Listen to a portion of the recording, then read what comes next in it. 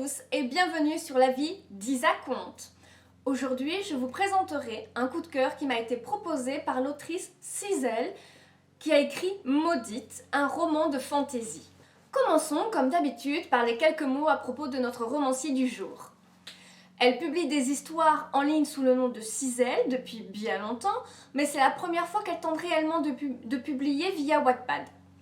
Elle a d'abord écrit de la fanfiction et aujourd'hui écrit uniquement des univers originaux et de la SSF.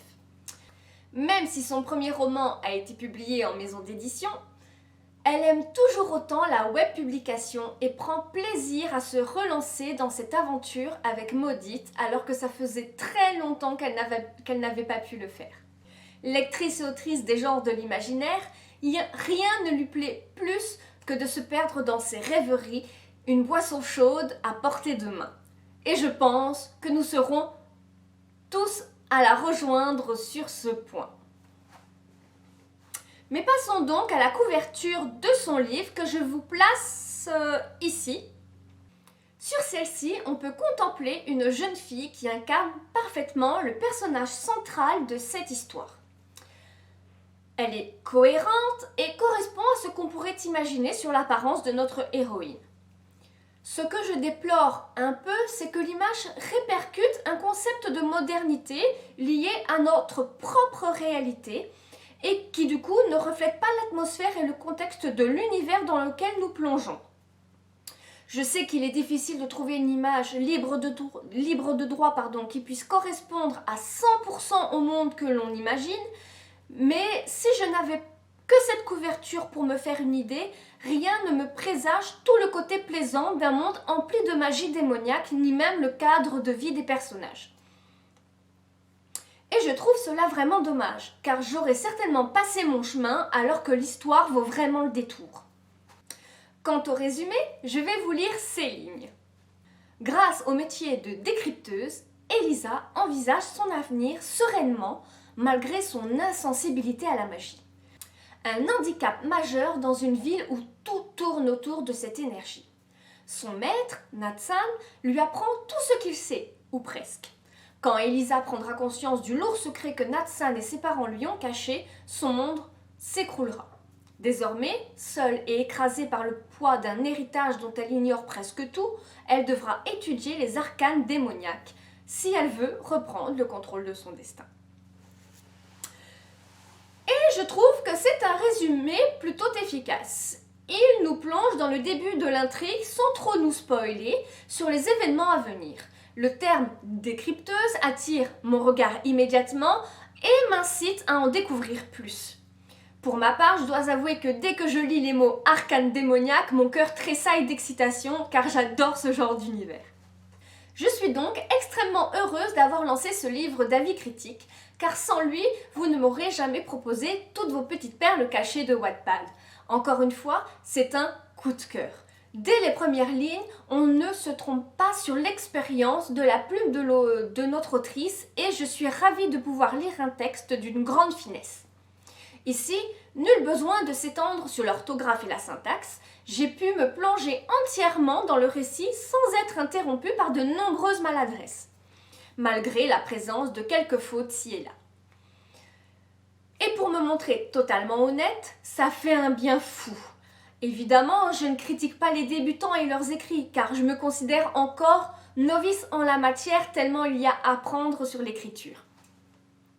Mais les erreurs qui plombent chaque paragraphe ont le don d'amoindrir mon plaisir que je prends lorsque je lis.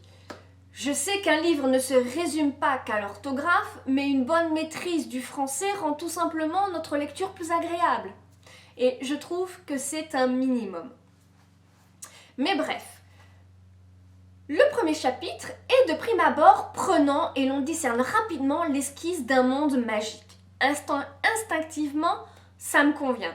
J'adore l'idée des décrypteurs capables de lire dans des pierrines, de petites pyramides que j'imagine comme des pierres ou des cristaux précieux renfermant des secrets ou des connaissances. Je plus sois d'autant plus. J'aime déjà le concept avant même d'en lire plus à ce sujet. Arrivée à la fin de ce premier chapitre, je suis déjà conquise et la phrase qui le clôture m'arrache un petit rire. Pour moi, c'est un pari gagné, je sais d'ores et déjà que j'aimerai la suite. Je poursuis donc ma lecture sur Maudite et nous passons directement dans une atmosphère plus que tendue. L'intrigue se profile déjà et je me rends compte que je suis happée par le texte. La tension narrative est bien présente dans ce contexte particulier et je dévore les lignes à la même vitesse que la fuite de notre protagoniste Elisa.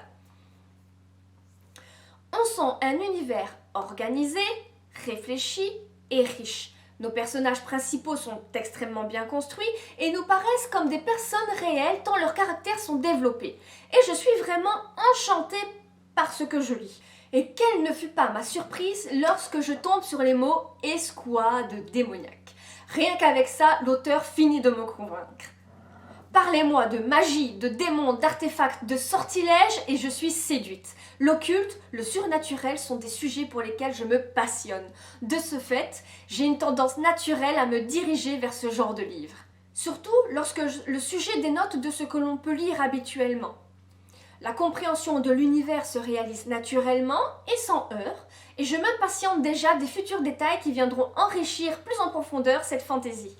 Et il va sans dire que la plume exceptionnelle de notre autrice me plonge davantage dans le plaisir et la découverte de cette histoire. On sent d'ailleurs un travail de qualité derrière le texte qui n'est absolument pas pour me déplaire, il faut l'avouer, même si quelques retouches s'avèrent nécessaires pour effacer les quelques fautes et coquilles qui restent et qui demeurent présentes. J'ai lu d'une seule traite la totalité des chapitres disponibles qui sont au total de 9 pour le moment et je n'aurai qu'une seule chose à ajouter, à quand la suite?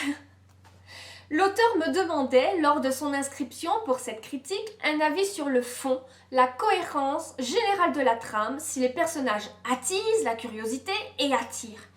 En gros, est-ce que cette histoire donne envie de connaître la suite? Est-ce qu'elle nous emporte facilement dans son univers? Eh bien, pour moi, la réponse est un grand oui. J'adhère totalement à ce genre d'univers. De plus, je trouve l'écrit plutôt original. Il est assez rare de pouvoir plonger dans une histoire où l'on parle de démons. Bien sûr, c'est déjà arrivé, mais son écrit se distingue un peu des autres. Comme les démons anciens puissants tels des dieux que rien ne peut surpasser. Ici, on est très loin de la magie à la Harry Potter. On a l'impression que cette magie est plus réaliste, plus plausible et plus accessible. Ne me demandez pas pourquoi, je suis totalement incapable de vous répondre. J'ai juste l'impression que cette histoire s'ancre un peu plus dans une certaine forme de réalité que la saga mythique. Peut-être que c'est dû aux personnages qui me paraissent également très réalistes et extrêmement complexes. Aussi, pour moi, un démon a plus de légitimité qu'une école de sorciers. Allez savoir pourquoi. Les goûts et les couleurs ne se discutent pas après tout. En tout cas, je ne doute pas que cette histoire puisse plaire autant qu'aux lecteurs qu'aux éditeurs. L'auteur n'a pas beaucoup d'abonnés sur la plateforme Wattpad, ni même un grand lectorat. Je vous invite donc à vous faire votre propre opinion sur son histoire, en la lisant à votre tour, car j'estime qu'elle mérite bien plus de visibilité. C'est quand je vois de bonnes histoires comme celle-ci que je me dis que Wattpad est vraiment mal foutu. C'est souvent des petites perles qui regorgent de potentiel qui demeurent dans l'ombre, alors que des histoires à l'eau de rose, très souvent hyper clichés comme pas possible, trônent avec plus de 100 000 vues. Sans parler de celles qui sont totalement dérangeantes. Et franchement, ça m'exaspère. Alors, faisons de ce livre d'avis et de critiques un endroit où l'on pourra venir s'informer sur ces petits trésors noyés dans la masse.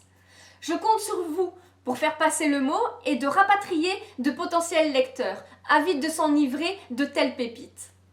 Je n'ai malheureusement pas pu me faire une idée plus approfondie comme le livre n'est pas terminé, mais ce début, plus que prometteur, me conforte dans l'idée qu'elle aura prochainement un certain succès. J'espère en tout cas que ce début d'histoire vous plaira autant qu'elle m'a plu. J'ai grand espoir que l'autrice Cizel n'abandonnera pas ce projet, car je vais la suivre de très près. Sur ces bonnes paroles, il est temps pour moi de clôturer cet avis. Donc, comme d'habitude, abonnez-vous à ma chaîne et activez la cloche de notification pour vous tenir informé des prochaines sorties vidéo. Si comme moi, tu aimes faire connaître de bonnes histoires à tes amis, eh bien partage cette vidéo. Comme je le disais, le but et de faire découvrir de bonnes histoires au plus grand nombre. Je répondrai également et avec un grand plaisir à vos commentaires et je vous dis à très bientôt pour un prochain avis sur une histoire provenant exclusivement de la plateforme Wattpad, qui j'espère sera tout aussi bonne que celle-ci. Je vous souhaite à tous une très bonne journée ou une bonne soirée et je vous dis à bientôt. Bye bye.